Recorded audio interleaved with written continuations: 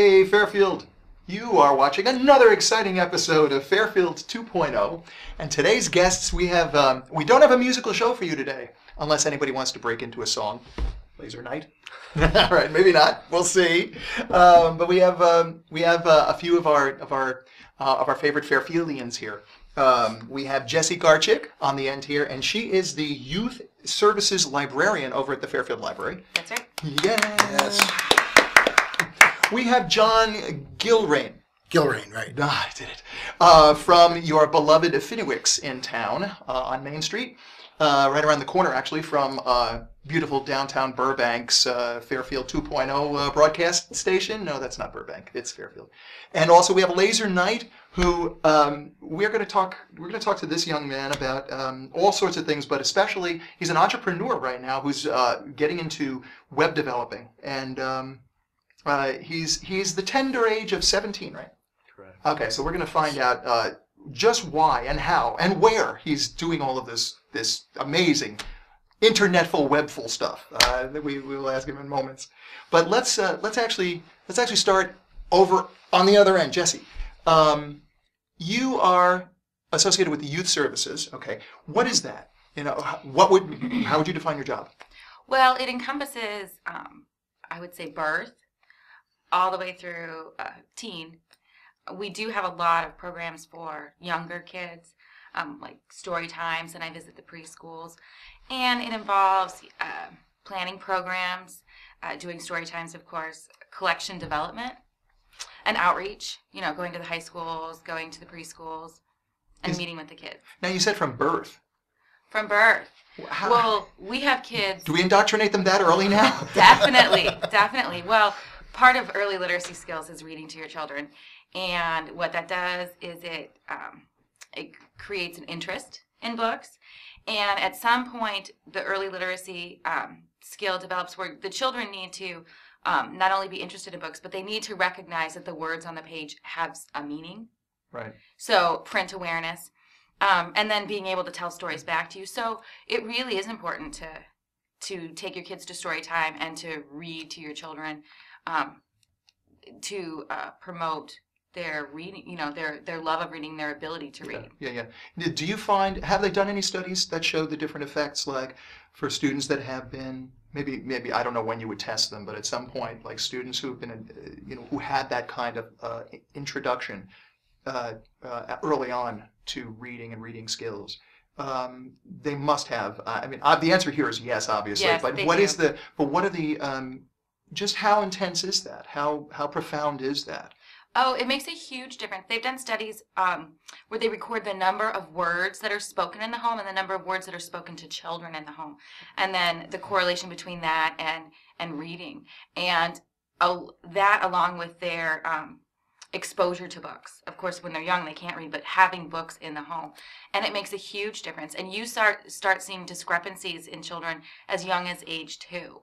Where they have lower vocabulary, of course, less interest in reading, in families where children are not talked to and where they're not exposed to books and where they're not read to. Wow.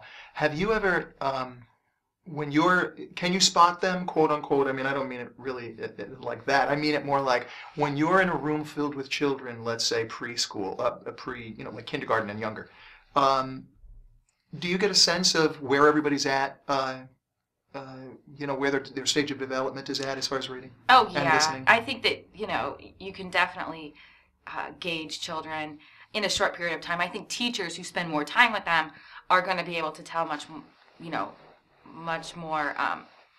They're going to know the whole scope of it. But you can definitely tell. For example, you can tell kids who are new to story time because they don't quite know where to sit. They don't know the procedures. They don't, sitting, especially for 2-year-olds, sitting and listening to a story can be difficult. And it's a skill that they practice just like any other skill. Being able to sit with a group, and conform to that group setting and then participate in the stories and where kids who have been going there longer, you ask questions and they shout out answers and they're actively engaged, where the younger ones are, Yeah. All right. What are some of the? Let's stick to preschool right now. What are some of the favorite stories? And then I have another question relative to that. What are some of the favorite stories of theirs? Okay, so stories that have rhyme, stories that have repetition, stories that have singing. I brought my absolute favorite story time book, and when I go to the preschools, it's the first question that kids ask me. They want to know if I have Pete the Cat. And it's a great book. It's my favorite. I've probably read it 100 times. And it's Pete the Cat, I Love My White Shoes. And this story has actively engages the kids. It has repetition. There's singing in it. Nice. And you shout out questions to them and they shout out answers to you. And and of course it's got a cat in tennis shoes. And so stories that you can sing, stories that are repetitive where the kids who are younger, pick up the story and they know what's going to happen. For example, Bear Hunt. I don't know if you're familiar with We're Going on a Bear Hunt. It's a book and it's also a rhyme. And the kids just love it because it's a song and it's repetitious and they can just, it immediately grabs their attention. Nice. All right, now what are your favorites? Is Pete the Cat one of your favorites? Absolutely, yeah? Pete the Cat. I love Pete the Cat. And I love Mo Williams. He does a series of books, Elephant and Piggy, where the books are the elephant and the piggy having conversations like, throwing a ball, and the entire story revolves around that. And then he does another series with a pigeon, and the book's called Don't Let the Pigeon Drive the Bus. And then they've got... A good lesson for all of us. Well, and the entire book is the pigeon is trying to convince you to let him drive the bus. And, of course, the children have to tell him, no, you can't drive the bus. And, they're adorable. This is great. Now, where do writers like Maurice Sendak or Dr. Seuss fit into this whole? I love Dr. Seuss.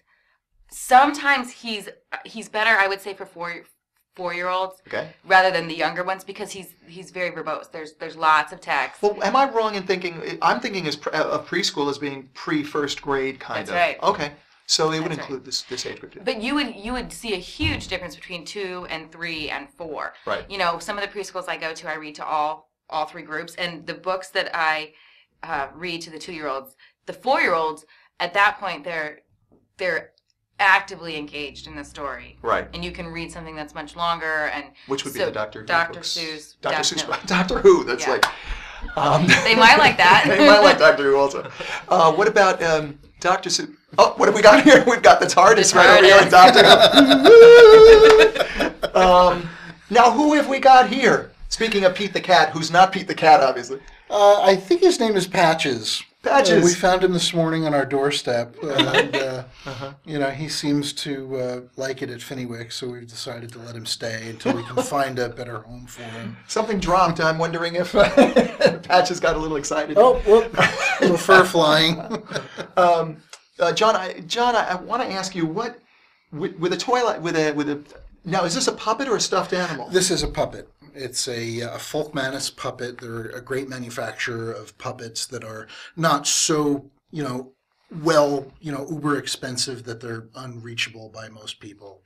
They're really good quality, and they make a really wide variety of them. We've got Patches here this morning. We also had a little furry, fuzzy tarantula spider arrived, and got that around, don't you? Does he have any other friends over there? You have stuffed animals, and you have. We do. We've got some very big stuffed animals that we're keeping company with. We've got a gigantic bear that sits on top of one of our shelves, and he's probably about a good 4 feet tall. We've got a dragon. Green and orange and purple and red dragon, kind of this beautiful mottled color.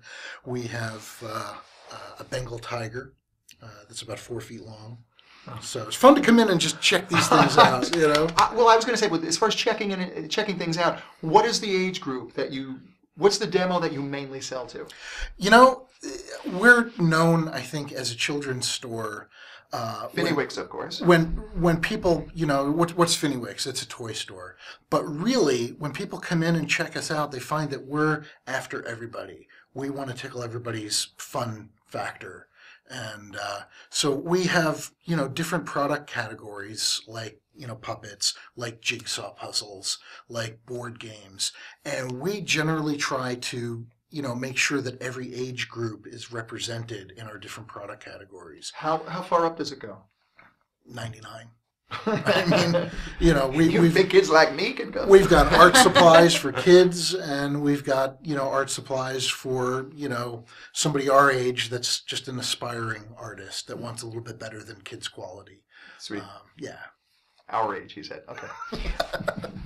Note to self. Am I being Dye kind? hair black. Now let me ask you one other question about people who come in and frequent. Is it mainly gifts for other people, or is it mainly parents coming in for gifts for their children? It's a mix. Yeah. It's a mix. Probably our single biggest customer is mom. You know, mom generally getting something for her own kids or for a birthday party. Yeah. You know, around the holidays, it's more buying, you know, for your own children, grandchildren, things like that. And then after mom, it's grandparents. Cool. Are also looking to get things for their grandkids.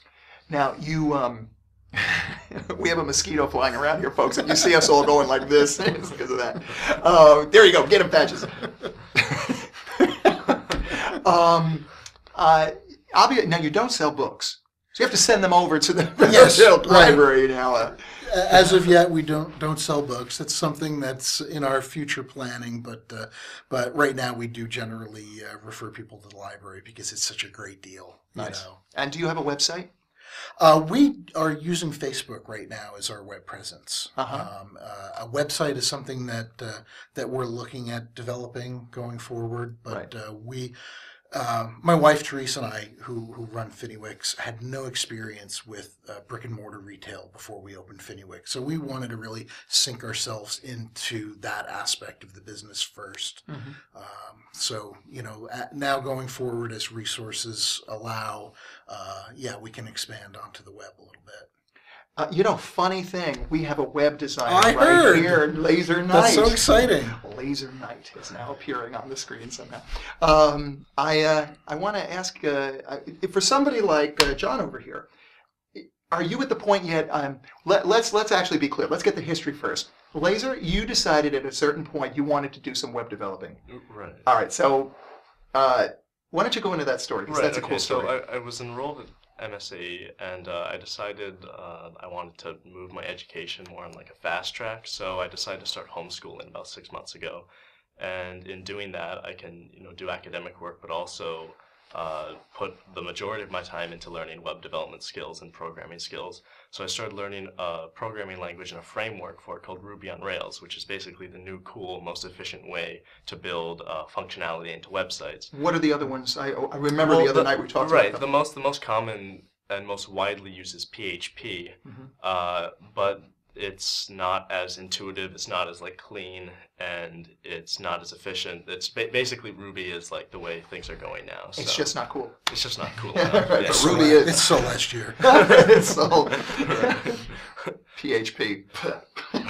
What? I'm kidding.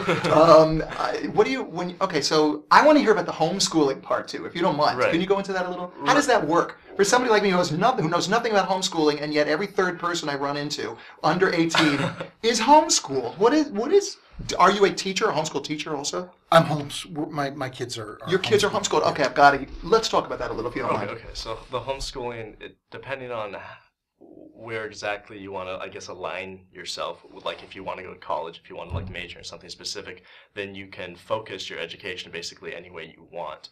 So rather than a government regulated curriculum, I guess right now they have like No Child Left Behind, where you're supposed to, do certain test scores and whatever, Right. and learn your math, your English, your sciences, your standard liberal arts. You can do that if you want to, but you can also have the option of doing things more. You could learn how to be an acrobat or learn web development. So, But you still have to have the level of proficiency with all the other English and math and all that stuff. right. If you decide you want to like apply to colleges, because generally they require liberal arts education, but there are people that just homeschool and focus on something specific that they want to have a career and or skills they think that they need. Wow. Yeah, I mean, we both know a certain person who did this with guitar. Right. I think this is an amazing. See, now that's a whole. I really didn't quite understand that. I thought, in the very least, you had to have some some basic skills in the other and be tested on some of the other subjects. But no, if you have a field that you are definitely going to be going into, they allow for that, and that's what you get tested in. Right. How do you get graded then in something? And then also, how do you? Okay, there's that question. We'll ask that first. So grading is like that's why college admissions are interesting, because the only way you can be scored or like compared to other students is through standardized tests. So if you're not a good test taker, then you're at a disadvantage there, because your coursework, I mean, what are you going to give yourself if you're grading yourself, or your parents are grading or whatever? Right, yeah. It's like A in every course. So that's why standardized tests like SAT subject tests, ACT, stuff like that. But that's if you're going into college. Right. If you're going into college. If you're not going into college, then how well you did academically isn't relevant, because you're technically like an entrepreneur, like a self-made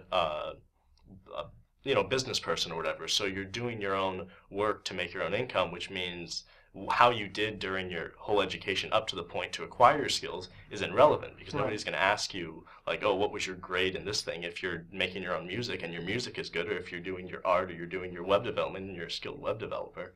But then, one of the things is that, I mean, one of the, I guess, old school ideas or the old school principles used to be you had to be proficient at least to at a certain basic level, so that there was a level of communication and a certain level of brain development and all that. Right, so like things like writing and like maybe simple arithmetic and things like that. Well, they say you can learn K through 12 curriculum for mathematics and English in 12 months, so... That's discouraging. It took me 12 years.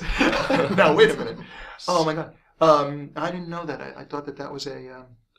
No, it's just the way, like, you don't spend a lot of the time in school actually, like, working. So if you just focus down, like, I guess they do in college, they focus more. You learn a lot more in a shorter period of time. Okay, No Child Left Behind. Okay, now I'm still not understanding. Excuse my denseness, Fairfield. But how do you... I still don't quite get the concept of not having some sort of testing. I'll leave it alone. It's just the way it is, then that's the way it is. But I'm thinking perhaps I'm not asking the question right. Is there any kind of responsibility to Iowa State, in the very least, that you have to, know the answer to this? Okay. Yeah, I can address that. Okay, yeah. Iowa, and every state is different with their homeschooling regulations and laws. I've homeschooled in 3 states, including Iowa so far, and Iowa is somewhat more rigorous than... You've homeschooled, meaning you have children who have homeschooled? Yes. Okay. In 3 states, in New Jersey, Illinois, and Iowa. And New Jersey and Illinois were pretty much states that took a hands-off approach. You didn't even really have to let them know you were homeschooling. You just homeschooled.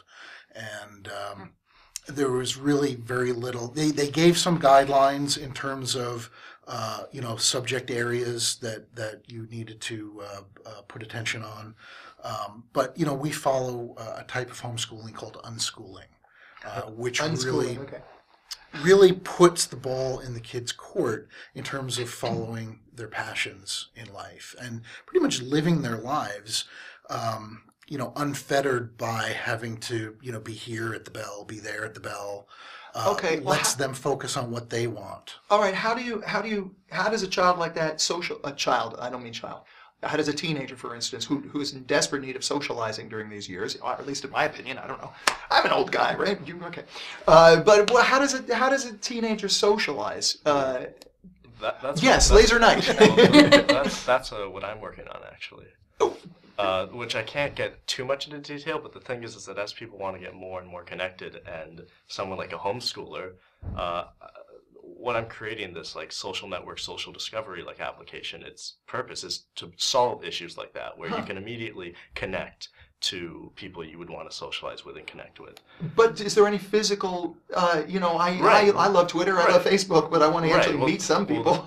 Well, the physical aspect would be you meet the people. Yeah. So there's you join your tech group and then you get together and you start working on circuit boards, or you join your dance group and you guys put stuff together. Nice. So you're skipping basically the institution, which is like the school that it traditionally is there, and you go through the school, everybody meets in the school, and then there's these different extracurriculars. Instead, you just skip that, you go straight to the web, connect through the web, and then you meet up and do your things.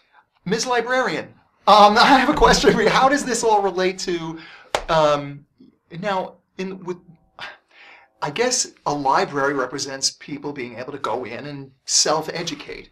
It It's true. doesn't Yeah. commit to an educational system. No. Um, Balanced and fair. No. all right. So in this context, were you homeschooled, by the way? No, I wasn't. Okay. Just wanted to say, anybody here that Nope. Patches, were you homeschooled? I will be. I want to know what is your take on what is your take from the angle of education coming from libraries on the concept of homeschooling? Well, I think that public education sometimes doesn't have the ability to take into account the individualities of students, and I think that homeschooling can really do that. I think that there are some kids that wouldn't probably do as well. They do better in a structured environment.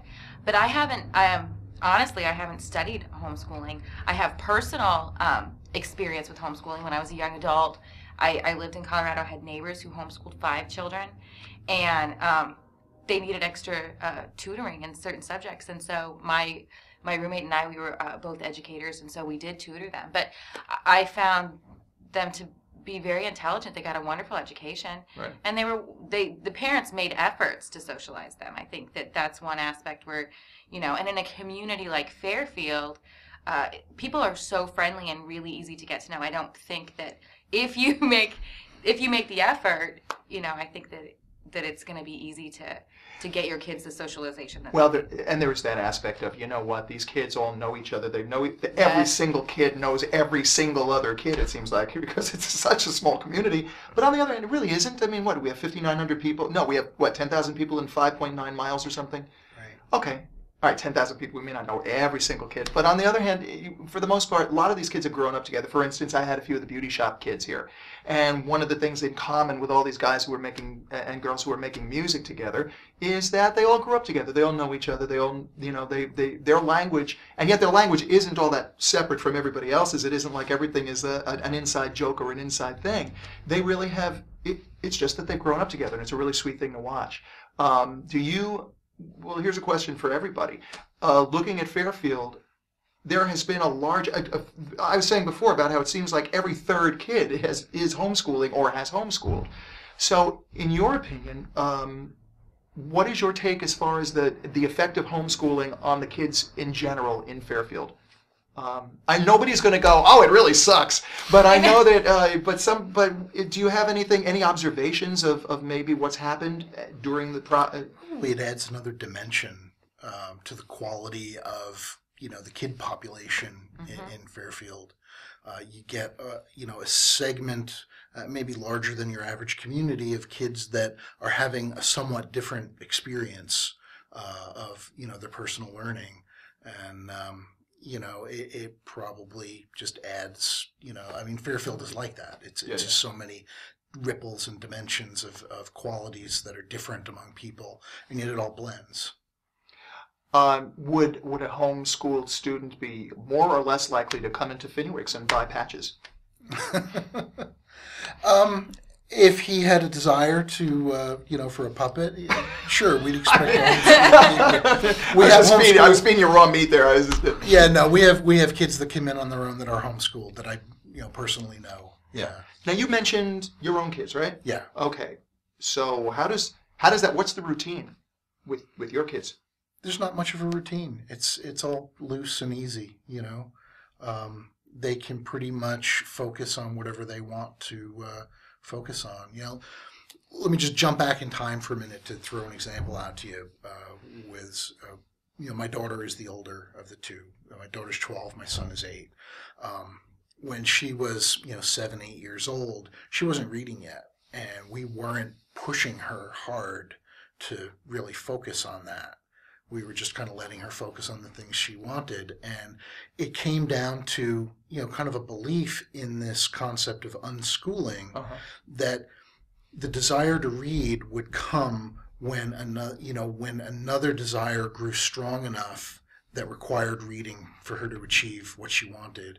And literally, every time I've been concerned about their development, by my measurement of having gone through, a normal school upbringing, they've surprised me.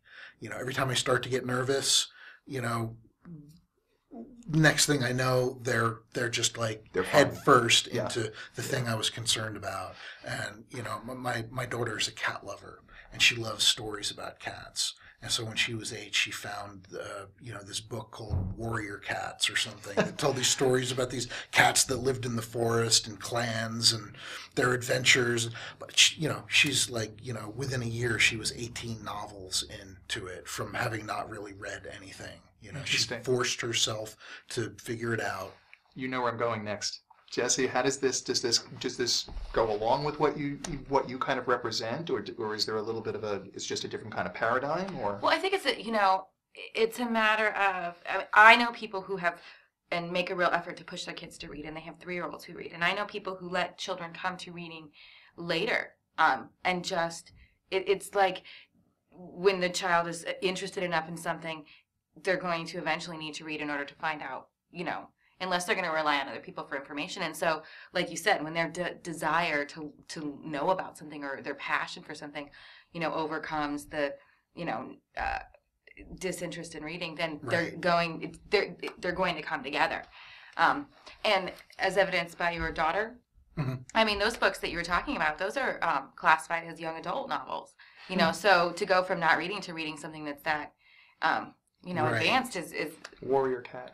The first book was a tough one. It was hard. And, we went through a few years of, how do you spell this? How do you spell that? And we would just, not bat an eye and just give her whatever she asked for that way.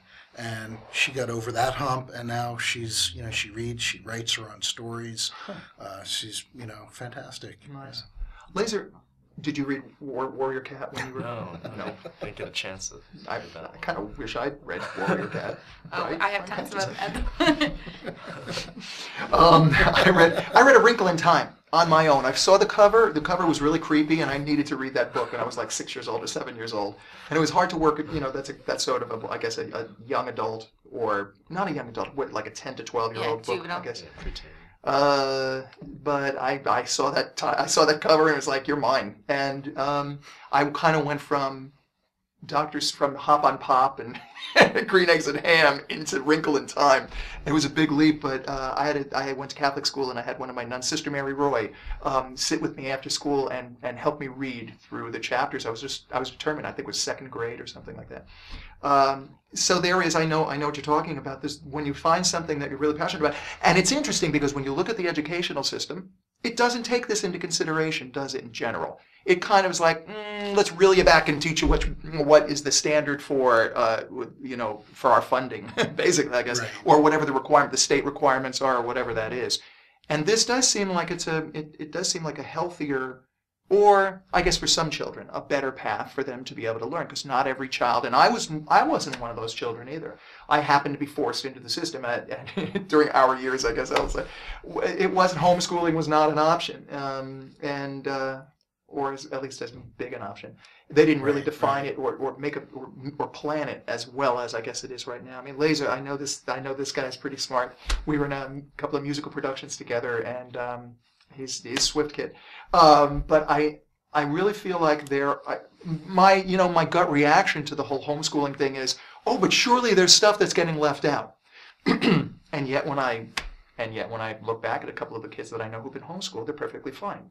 Their parents or whoever teach them the things that are essential. They may not be great with math or something like that, but like English and things that they need to, reading and all of that. It does seem like most of them they tend to be okay in that area. Right. Getting off of homeschooling, I want to get back to the web design. What has been the biggest? What has been the most fun about, let's say, Ruby? The most getting fun to know is Ruby is definitely getting over the hump where you start to understand what you're actually doing. Because at first, when you're learning the language, it can be a little grueling because it's just really complicated and a lot of new concepts, things you've never in school or anywhere learned anything about. I mean, programming is really like a creature of its own. So when you start to get what you're actually doing, and you can actually start to program and build what you want to create, then it's suddenly really exciting because you're building and you're seeing it appear in front of your eyes as you're programming, and you're figuring out, you're building the logic, and then you're programming it, and then you're seeing the result, and you're creating functionality from like nothing except for some code. So it's Nice. Are you learning things along the way? Well, talk about homeschooling. Maybe this is the key here. As you're learning the program, you're learning not just the language and not just but you're learning concepts and other things that are coming into it, not even computer-oriented, right, but of course, and the design, vocabulary. right? Logic. Yeah, Logic, absolutely, and that takes the place. This version takes the place of he must learn or she must learn science because that'll train that or trigonometry because that'll train that part of the brain. Right. This has the same effect, I guess. Right, It does, but he's really into it. Right. Not every Really kid is into into it. It's not like trigonometry. trigonometry, kill me Right. now. Right. Well, that's That's right. how I feel about Yeah. HP. I'm like, no, Me too. no, I I hated don't. that stuff. Still do.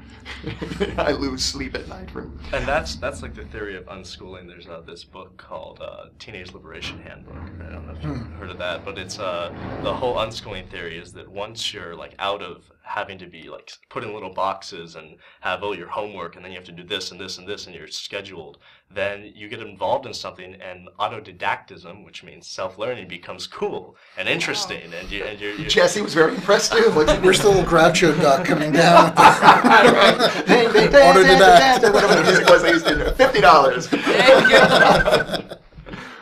But you're learning. But it's really it's a holistic sort of experience. right. Do you find that like you're turning other kids, other friends, onto this too? Like now all of a sudden everybody wants to be doing this because your friends. There was another girl who also was having like trouble in school, not because she's very intelligent, but she just couldn't do what she wanted to do. So she recently, a few months after I left, actually left the school now. And she's really loving doing what she's doing as well. She's studying herbology and like medicine, and so yeah, it's kind of cool. But I think like she mentioned earlier, it's not like it for everybody, I guess, because especially if you've been in the system for a long time, then it's hard to find a discipline, right, self-discipline, because you're disciplined by the system. Right. So I had a friend Devin, he was almost like he like really loved his homeschooling experience. He did it from like kindergarten or whatever. He went all the way up, but he was kind of discouraging me because I was already a junior and I was just looking for the last couple of years to be able to do my own things. And he said, well, sometimes it can take 6 months, a year before you actually adjust. But I guess I didn't feel that was true. And a few weeks later, I was like, moving. You were in. Going. Yeah. But you are a self-motivated guy. I mean, and again, I'll throw back the point that, we did act in a couple of these musicals last year. And you were quick with the lines. You were good as an actor. I mean, you as Laser Knight are able to adjust to things that are coming your way. And maybe that's one of the best or most important qualities to somebody who maybe has to have a self-discipline. Oh yeah. Because you're sitting. True. No, Self-discipline. Yeah. Self-discipline. Because if you don't at some point make yourself go, okay, I'm gonna like get into this, like when it was like the Ruby, it's like, okay, at first it was grueling, but I knew once I got over the hump that it was going to be enjoyable. So right. There was a few months there where it's like I was making myself get up in the morning, not just be like, oh, I don't want to get up. It's like so complicated, so much to like absorb. But then you make yourself do it, and then it ends up being rewarding because you start really enjoying yourself. And you lose the fear of tests and all of the things that are kind of crummy about, in a way, about going to school. Although, again, there are people that, I mean, I guess not everybody can do this. If you are the type of person who could do homeschooling, you can do homeschooling. Are there, let me move to John. John, are there, when people are coming into the store to check out the various products, do you find that there are some, and I don't want to hear bananagrams. I'm so sick of bananagrams. This town is like bananagrams. But are there any toys or things that you feel are like, okay, they're buying it because it's a cute toy, but wait till they get into this, they're really going to be learning something, or they're going to be, evolving. And, we really, our biggest challenge and the most joyous thing we do with Finiwix is pick all the different things. We try very hard not to go too deeply into any one product or category, but to try to have lots of variety. What are some of your favorite things that you're selling over there? Board games. I'm a board game lover. Such as? Which board games? Ticket to Ride, Settlers of Catan. He's nodding. Settlers of Catan. What about Monopoly? There's an awesome card game that we carry called Dominion that I've probably played 15 or 20 times. Good one. Okay. Come over and check it out sometime. All right, here we We've go. got no problem. We're all going over to check out Dominion after this.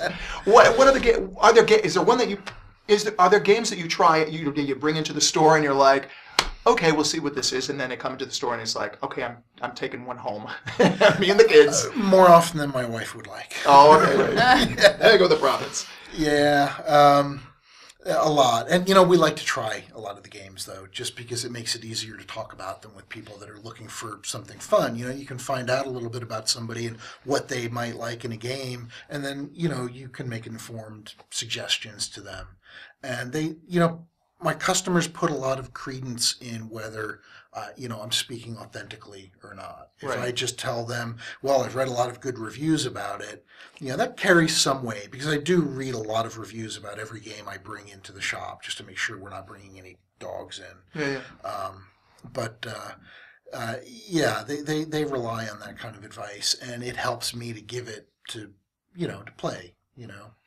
Let me move on to Jesse. Jesse, do you interact with? Are there other things you may interact with? Like, do you introduce in addition to reading? Are there, let's say, patches here, or toys, or things that you use interacting with the reading? Well, in the library we have, like a puppet theater, and we have lots of puppets there.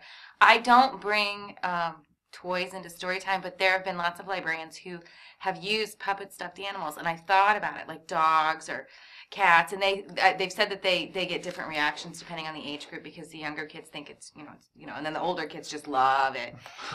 There's a certain, it's interesting to note a child's developmental age by let's say puppets, or the people that dress up in the dress up like characters like Goofy, or there's an age where the children are very afraid of it, and then there's an age where the kids just see them and they run and they hug. But story time is generally songs, finger plays, interspersed with the books, like getting them to do things, like the Grand Old Duke of York and Eensy Weensy Spidey and all that. So I've learned a lot. I've learned that, I'll get halfway through a song and forget what the Eensy Weensy Spider does. Because sometimes you're just Something about you're doing it and then you're like, no. Teapot. Yeah, and the kids never notice. But the parents, they laugh. Do you ever find some of the obviously there were some kids who, like you were saying, who were going to jump into it, dive into this more than others. What do you do about the shy kids who you want to kind of like at least say, consider this? How do you get them? Well, like when you're trying to engage them in story time and it's something that's new and they don't necessarily want to stand up and do the motions, it's kind of like you want to connect with them and then leave them alone. Connect with them and leave them alone. You want them to come to you. And I have kids as young as, like, say 16 months who come to story time, and I do the same song, the same hello song every time, so the kids will kind of recognize this is story time, we're starting here, And this little boy doesn't chat. I mean, he can talk, but he just doesn't during story time, but he will do the motions to the song. So I know that he's engaged, even if he doesn't stay fully engaged the entire time. It's sort of, once again, repetition. Uh-huh. And eventually, kids learn from other kids. Younger kids, like, say, 2-year-olds, they enjoy being together, but they tend to play separately, whereas older kids, they'll play together. But they observe. They're observing what other children are doing, and they're learning from their behavior. Now, I want to get back to repetition because everybody knows, everybody who's had children, how they say, play it again, Daddy, sing it again, Daddy, read it again. It's the whole repetition thing. What's the source of that? Is it a child wanting the comfort with the familiarity, wanting to relive the story? What is it? I think so.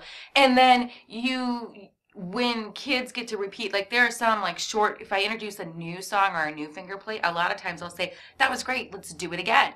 Because now they know it, and it gives them some sense of, authority. Like, I know this and I can do this. Excellent, I never thought of that. And so I try to introduce, like, I'll do maybe new songs, but I'll go to, maybe close with Pete the Cat or something that kids are going to know, because they can really get excited about things that they know, and it kind of gives them authority even, over the material, and it is comfortable. And thus more self-esteem. Yes. And they want to go more towards more self-esteem. Mm-hmm. Oh, that is so sweet. That reminds me, I have my godson, who's now 19. He was a great kid. I had him. I literally had him in spurts through all of his growing up until he hit the later teens, and he used to be one of those kids. Oh, let's watch it again. But I remember when he was about 3 or 4, he loved Sendek, and he had the Night Kitchen down. And he would pretend he would pick up the book, but here's what he would do. He through repetition, because his parents were reading it so much, he'd pretend that he was reading, and we knew he wasn't reading. He would recite the Night Kitchen word for word, perfectly. And I thought that was an amazing. Jason Strong behind the camera here, producer, director extraordinaire, nodding his head too. You have kids too, Jason? Have you found that? Yeah, my oldest daughter did the exact same thing. Yeah, she'd memorize it and then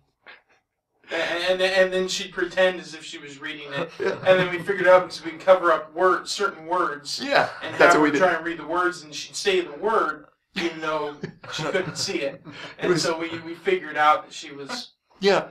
She just memorized it. Yeah, we used to call that the weasel factor. Are you doing the weasel factor?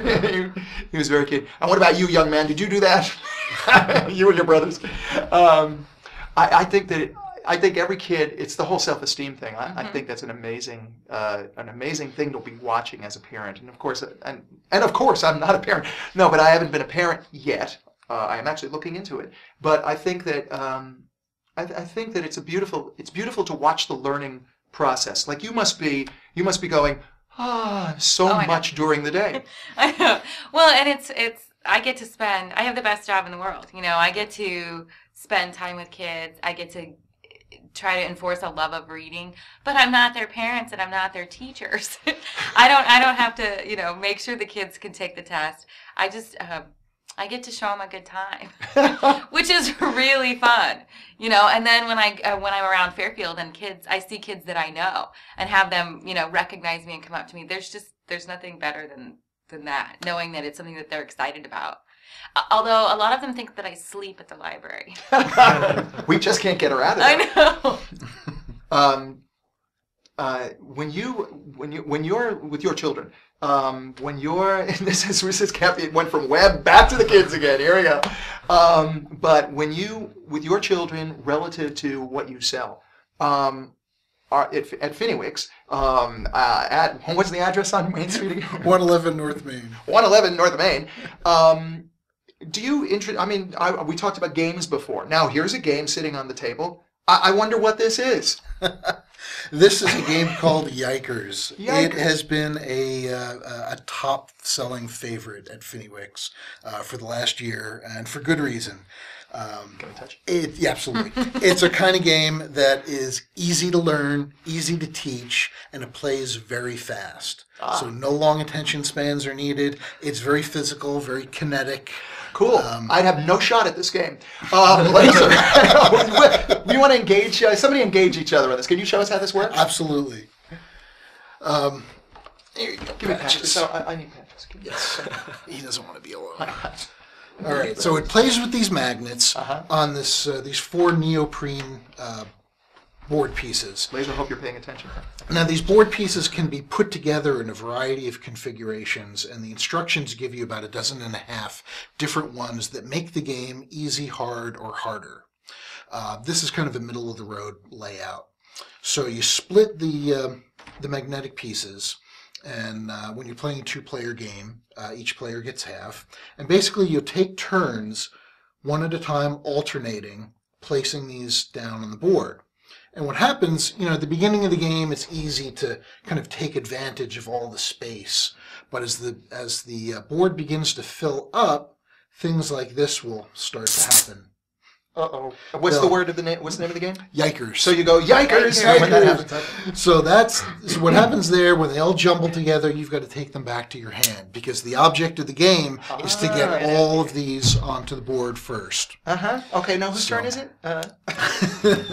The other thing that can happen, like magnets will do, they can, well, not like that, we've seen that. They can push each other. So, come on, push.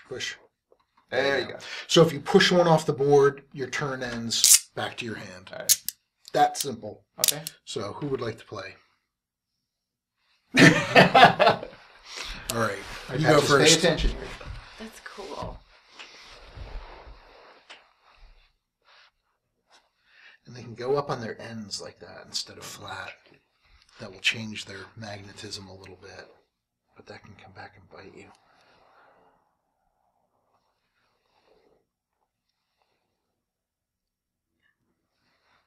Uh-oh. I know. Ah.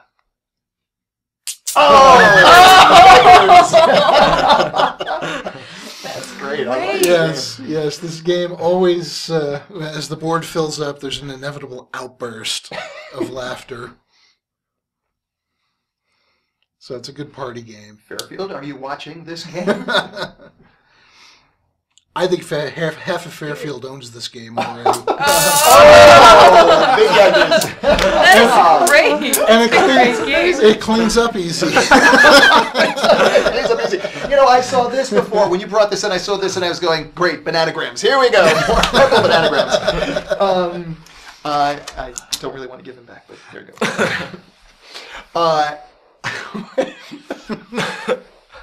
How many more of these do you have at the store? Like, you discovered this, and it was like, Yes. this is cool. So, are you looking for creative, different kinds of Always games like that? looking.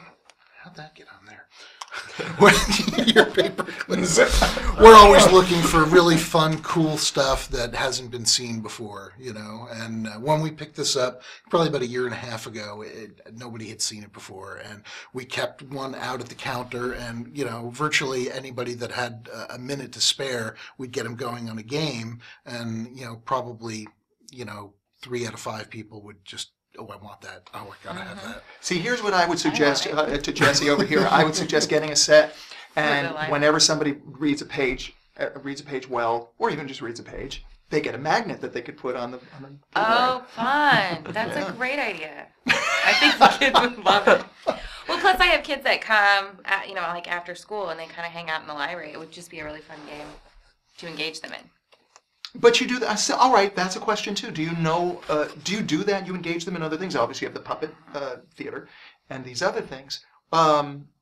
Always educational or no? Okay. No, because I think that the library is kind of moving away from it being a place where it's just a tower of books, and it's turning more into a community center. I know that in some cities they even have, coffee shops, they have bookshops. We have our book sale in the library. Yeah. But I think that the library is a place where people can meet, they can socialize, they get business done because they're, you can get on the internet. You get online, yeah. There's definitely programs, but I think that sometimes the kids come in and they just, they want books, but then maybe they want to talk. I have a couple kids that come in and they always want to do crafts. They want to make something. So I have things that I can pull out when they're there because I'm not a magician. Yeah, but on the other hand, you're kind of guiding, you're kind of moving things along. Yeah. You're the hostess. Oh, with the look hostess. look at this great new book I have, or look at this. If you like this, you'll like this. How often do new books come in that you're like, oh my god, I have to read these? All of show these to them. the kids? I got to work today, and there were 4 of them waiting for me because I order all of the books for all of the picture books. I order all of the juvenile books. I order all of the young adult books, the DVDs for the kids, books on CD. And so, of course, I want to take everything home because it's like Christmas because you open up these boxes of books and everything is new. And, Books on CD. Do we have the Harry Potter series? Oh, yeah. Of course. And Hunger Games and Twilight. Oh, okay. I like Hunger that Games movie. is super hot I right like now. that movie. Hunger Games? I haven't seen it. I've read the book. I presumably the book was really good because I thought the movie was pretty good. All right, we also have Laser Saw the movie. What do you think? Yeah, it was good. It was a good movie. Was it predictable? I didn't read the books. No, it was. No, actually, no, it wasn't predictable. Like this, yeah, definitely not. Yeah, it wasn't predictable. That's one thing I would say about this. Except at the end, well, let's Give it away, Mike. Well, see, when I was reading it, I felt See, like when I the could train see blows what up was and then going these on. flying saucers come in, it was just an amazing thing. We're getting pretty close, and I think that we should probably do a little round robin here as far as Fairfield in general. This is Fairfield 2.0. Let's say what our favorite things are about Fairfield. What are some of, and it could be relative to your stores, it could be relative to the library, to your web program, whatever it is. But what something in your life that's relative to Fairfield, and you sit back and you go, yeah, I'm really glad I'm here. This is working because, or whatever. Well, I am in a unique opportunity to meet a lot of people at the library, and I think the people of Fairfield are great. People are so willing to donate their time. They're willing to, share themselves. I mean, I think that sometimes you move to a small town. I grew up in a small town, and people are sometimes not very willing to let somebody who didn't grow up there in. And so it's like you're on the outside looking in. And I think that people in Fairfield are really open and welcoming. And so you don't feel like you're the odd man out, which is really nice. Yeah, I mean, and we do have a lot of artistic, I will put quotes around that, people here, so that you end up with a lot of people with a lot of different interests who are already people that have come into the system being accepted as they are, as opposed to having to try to fit in. Yeah. This town, to me, doesn't seem like it's about fitting in. It's more like about what you're adding to, what your eccentricities are in a lot of ways, but what you're adding to the community, what you're doing. It wasn't my turn, sorry. John? There are a lot of diverse interests and perspectives in this community, but I think there's also some core elements of common ground that, one, as a business owner, one that I really appreciate is, just the sheer love of Fairfield that everyone has, and the kind of the supporting your local business community sentiment that that bubbles up. I think Fairfield has a leg up versus a lot of other types of communities in this country in that respect. And as a business owner, I'm always very grateful to my customers that they have that sentiment and that love of their community. Nice. I grew up in a small town, not unlike Fairfield in northern New Jersey, but since then. Where in northern New Jersey?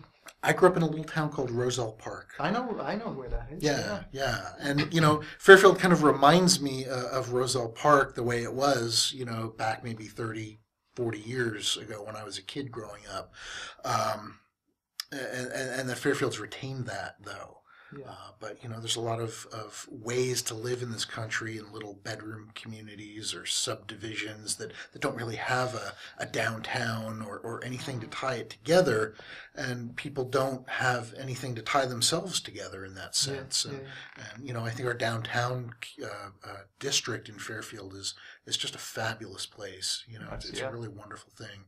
Laser, what do you like about your town? The energy, the global community that kind of just like exists. I like the domes, and you said it's like everybody's you're not trying to fit in, but there's so much like uniqueness that it's like no matter how wacky or like normal or whatever you are, you fit into this like because there's so much variation. So it's it's a cool place. It is. I don't know how much time we have. Perhaps a minute.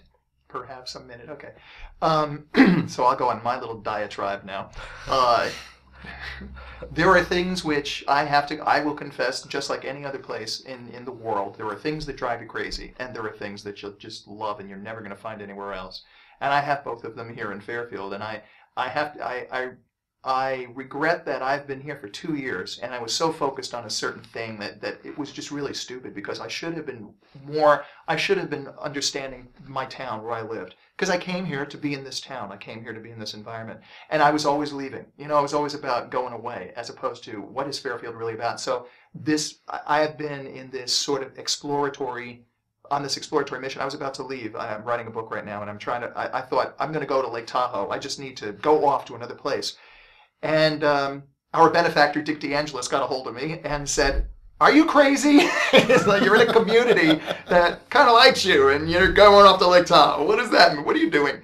So it was logic. It turned me around, and I realized something I hadn't had before ever, I think, in my life. I lived in New York, I lived in Los Angeles, I lived in Nashville, all these different places. But the thing that I never had was I've had home, the sense of home, but I never had the sense of community.